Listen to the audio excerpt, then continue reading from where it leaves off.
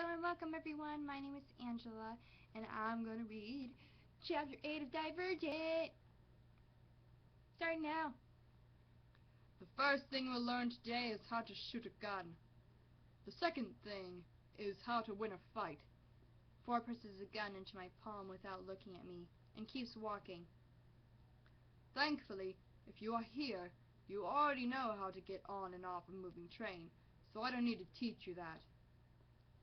I shouldn't be surprised that the Dauntless expect us to hit the ground running, but I anticipated more than 6 hours of rest before the running began. My body is still heavy from sleep. Initiation is divided into 3 stages. We will measure your progress and rank you according to your performance in each stage. The stages are not weighed equally in determining your final rank, so it is possible, though difficult, to drastically improve your rank over time. I stare at the weapon in my hand. Never in my life did I expect to hold a gun, let alone fire one. It feels dangerous to me, as if by touching it I could hurt someone. We believe that preparation eradicates cowardice, which we define as the failure to act in the midst of fear. Says 4. Therefore, each stage of initiation is intended to prepare you in a different way. The first stage is primarily physical. The second, primarily emotional. The third, primarily mental. But what?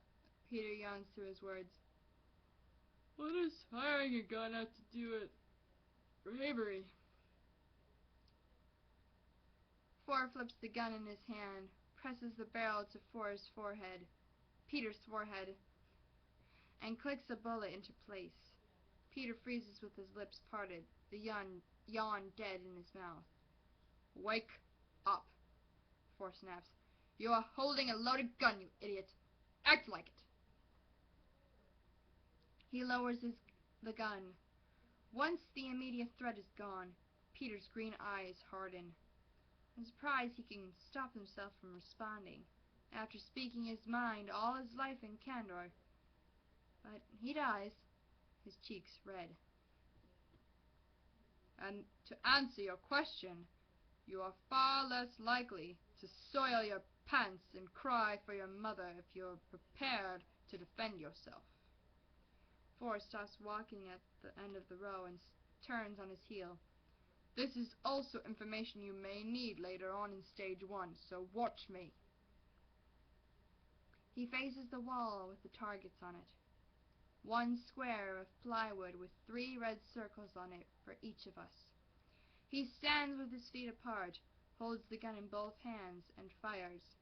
The bang is so loud it hurts my ears. I crane my neck to look at the target. The bullet went through the middle circle. I turn to my own target. My family would never approve of me firing a gun. They would say that guns are used for self-defense, if not violence, and therefore they are self-serving. I push my family from my mind and set my feet shoulder-width apart, and delicately wrap both hands around the handle of the gun. It's heavy and hard to lift away from my body, but I want it to be as far away from my face as possible. I squeeze the trigger, hesitantly at first, then harder, cringing away from the gun. The sound hurts my ears, and the recoil sends my hands back, toward my nose. I stumble, pressing my hand to the wall behind me for balance. I don't know where my bullet went, but I know it's not near the target.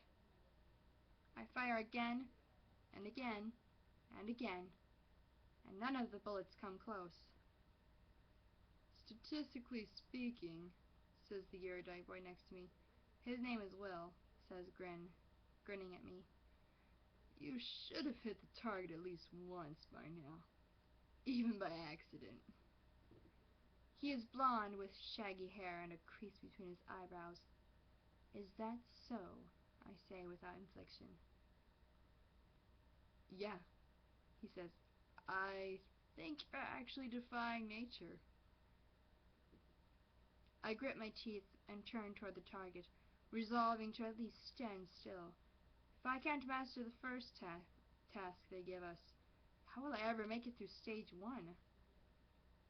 I squeeze the trigger, hard, and this time I'm ready for the recoil. It makes my hands jump back, but my feet stay planted.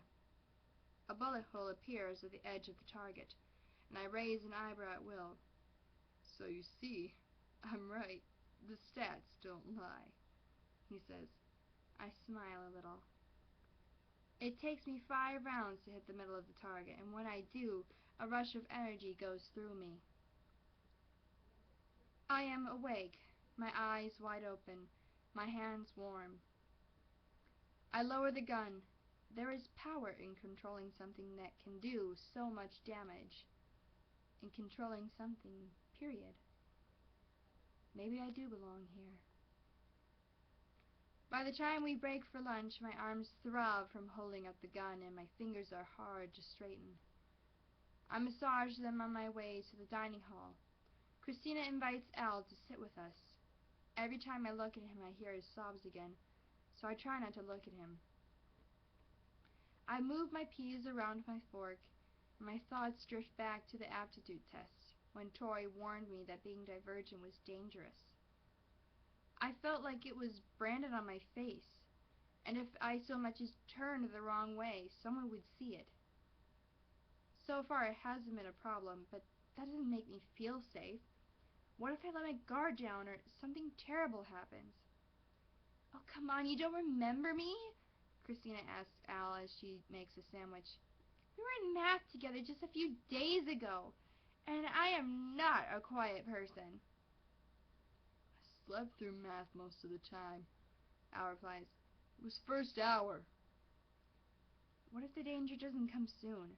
What if it strikes years from now and I never see it coming? Tris, says Christina as she snaps her fingers in front of my face. You in there? What is it? I asked if you remember ever taking a class with me, she says. I mean, no offense, but I probably wouldn't remember if you did. All the abnegation look the same to me. I mean, they still do, but you're not one of them. I stare at her, as if I need her to remind me. Sorry, am I being rude? She asks me. I'm used to just saying whatever is on my mind. My mom used to say that politeness is deception in pretty packaging. I think that's why our affections don't usually associate with each other, I say with a short laugh.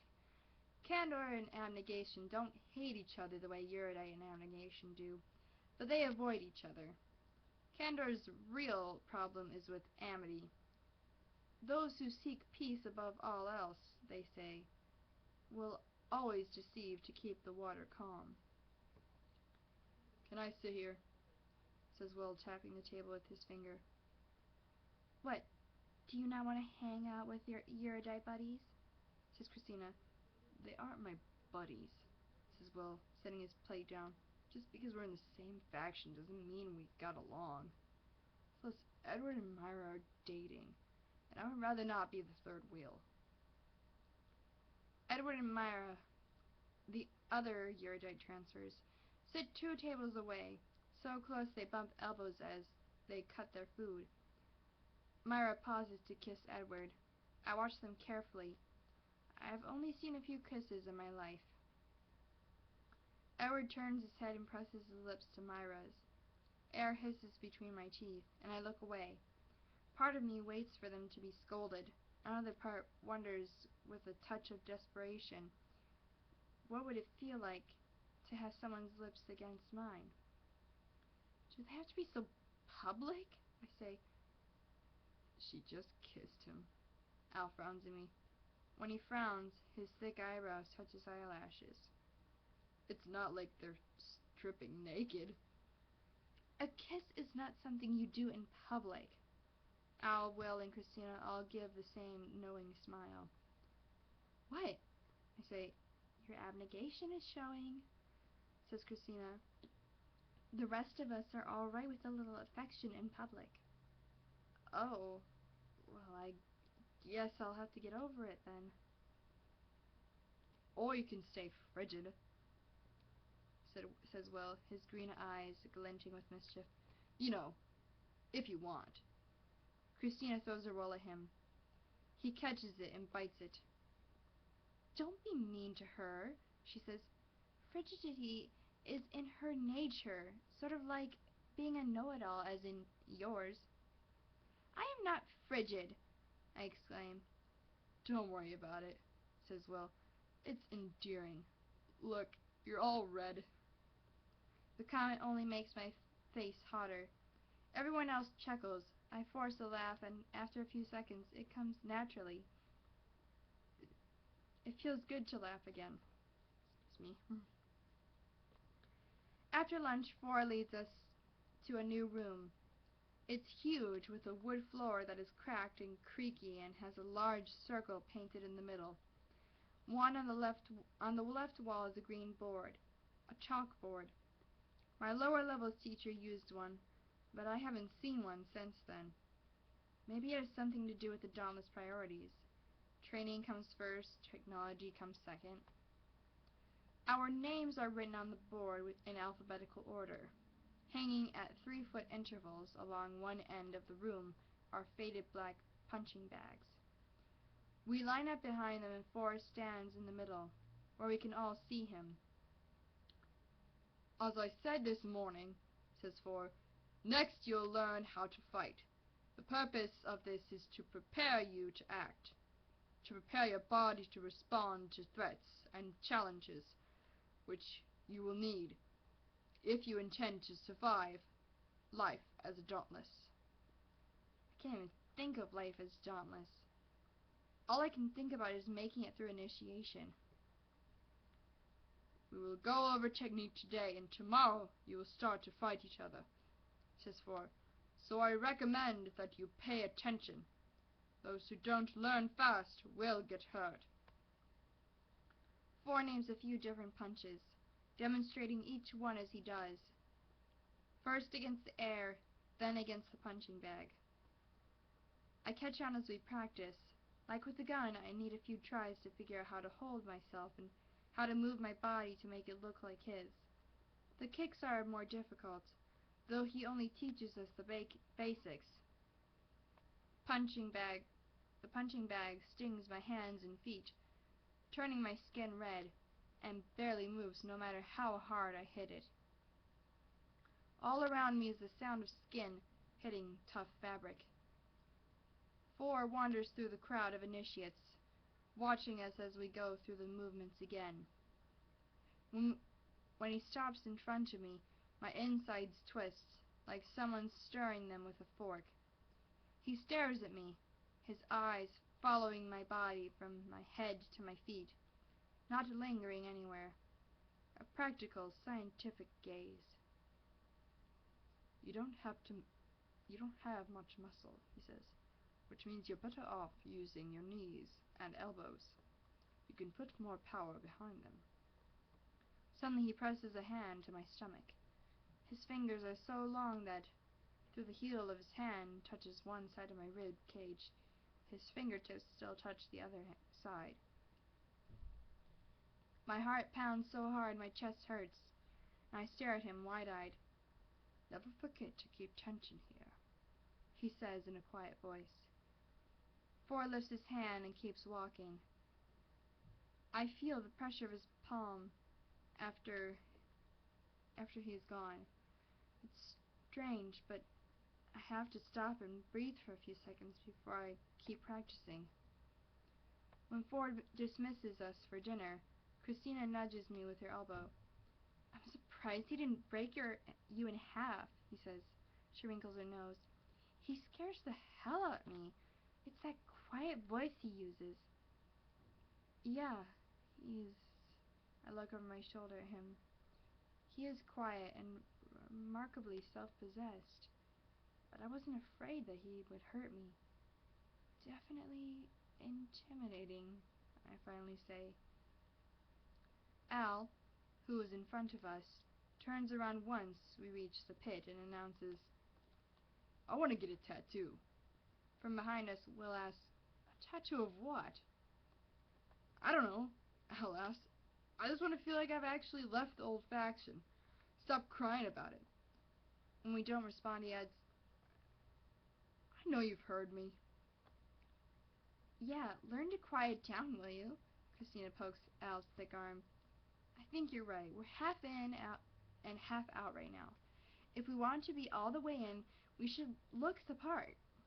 She gives me a look. No, I will not cut my hair, I say, or dye it a strange color, or pierce my face. How about your belly button? She says. Or your nipple, Will says with a snort. I groan. Now that training is done for the day, we can do whatever we want until it's time to sleep. The idea makes me feel almost giddy, although that might be from fatigue. The pit is swarming with people. Christina announces that she and I will meet Al and Will in the tattoo parlor and drags me toward the clothing place. We stumble up the path, climbing higher above the pit floor, scattering stones with our shoes. What's wrong with my clothes? I say. I'm not wearing gray anymore. They're ugly and gigantic, she says. Will you just let me help you? If you don't like what I put you in, you never have to wear it again. I promise. 10 minutes later, I stand in front of a mirror in the clothing place wearing a knee-length black dress. The skirt isn't full, but it isn't stuck to my thighs either, unlike the first one she picked out, which I refused. Goosebumps appear on my bare arms. She slips the tie from my hair and I shake it out of its braid so it hangs wavy over my shoulders. Then she holds up a black pencil. Eyeliner, she says. You aren't going to be able to make me pretty, you know. I close my eyes and hold still. She runs the tip of the pencil along the line of my eyelashes. I imagine standing before my family in these clothes, and my stomach twists like I might be sick. Who cares about pretty? I'm going for noticeable. I open my eyes, and for the first time stare openly at my own reflection. My heart rate picks up as I do, like I am breaking the rules and will be scolded for it. It will be difficult to break the habits of thinking abnegation instilled on me. Like tugging a single thread from a complex work of embroidery. But I will find new habits, new thoughts, new rules. I will become something else. My eyes were blue before, but a dull grayish blue. The eyeliner makes them piercing. With my hair framing my face, my features look softer and fuller. I am not pretty. My eyes are too big and my nose is too long. But I can see that Christina is right. My face is noticeable. Looking at myself now isn't like seeing myself for the first time. It's like seeing someone else for the first time. Beatrice was the girl I saw in stolen moments at the mirror, who kept quiet at the dinner table. This is someone whose eyes claim mine and don't release me. This is Triss. See? She says, you're striking. Under the circumstances, it's the best compliment she could have given me. I smile at her in the mirror. You like it? She says, yeah, I nod. I look like a different person. She laughs. Is that a good thing or a bad thing? I look at myself head on. For the first time, the idea of leaving my abnegation identity behind doesn't make me nervous. It gives me hope. A good thing. I shake my head. Sorry, I just never been allowed to stare at my reflection for this long. Really? Christina shakes her head. Abnegation is a strange faction. I have to tell you. Let's go watch Al get tattooed, I say. Despite the fact that I have left my old faction behind, I don't want to criticize it yet. At home, my mother and I picked up nearly identical stacks of clothing every 6 months or so. It's easy to allocate resources when everyone gets the same thing, but everything is more varied at the Dauntless compound. Every Dauntless Dauntless gets a certain amount of points to spend per month, and the dress costs one of them. Christina and I raced down the narrow path to the tattoo place. When we get there, Al is sitting in the chair already, and a small, narrow man with more ink than bare skin is drawing a spider on his arm. Will and Christina flip through the books of pictures, elbowing each other when they find a good one. When they sit next to each other, I notice how opposite they are. Christina dark and lean, Will pale and solid, but alike in their easy smiles. I wander around the room, looking at the artwork on the walls. These days, the only artists are in amity. Abnegation sees art as impractical, and its appreciation as time that could have been spent serving others. So, though I have seen works of art in textbooks, I have never been in a decorated room before. It makes the air feel close and warm, and I could get lost here for hours without noticing. I skim the wall with my fingertips. A picture of a hawk on one wall reminds me of Tori's tattoo. Beneath it is a sketch of a bird in flight. It's a raven, a voice behind me says. Pretty, right? I turn to see Tori standing there. I feel like I am back in the aptitude test room, with the mirrors all around me and the wires connected to my forehead. I didn't expect to see her again. Well, hello there, she smiles. Never thought I would see you again. Beatrice, isn't it? Tris, actually, I say. Do you work here? I do. I just took a break to administer the test. Most of the time I'm here. She taps her chin. I recognize that name. You were the first jumper, weren't you? Yes, I was. Well done. Thanks. I touch the sketch of the bird. Listen, I need to talk to you about... I glance over at Will and Christina. I can't corner Tori now. They'll ask questions. Sometime. I am not sure that would be wise, she says quietly. I helped you as much as I could, and now you will have to go it alone. I purse my lips. She has answers. I know she does. If she won't give them to me now, I'll have to find out a way to make her tell me some other time. Want a tattoo? She says. The bird sketch holds my attention. I never intended to get pierced or tattooed when I came here. I know that if I do, it will place another wedge between me and my family that I can never remove. And if my life here continues as it has been, it may soon be the last of the wedges between us. But I understand now that what Tori said about her tattoo representing a fear she overcame, a reminder of where she was, as well as a reminder of where she is now. Maybe there is a way to honor my old life as I embrace my new one. Yes, I say, 3 of these flying birds. I touch my collarbone, marking the path of their flight toward my heart. 1 for each member of my family I left behind. And that is the end of Chapter 8 of Divergent. I hope you liked it. I know it's a pretty long one. I think Chapter 12 is supposed to be pretty long. It's like the longest chapter that I have read. So, get ready. And I think it's shorter in the other chapters for the most part. It's just this chapter, and then a couple other chapters later on that gets super long. Boom. Anyway, I hope you liked it. Have a good night, everyone. Love y'all.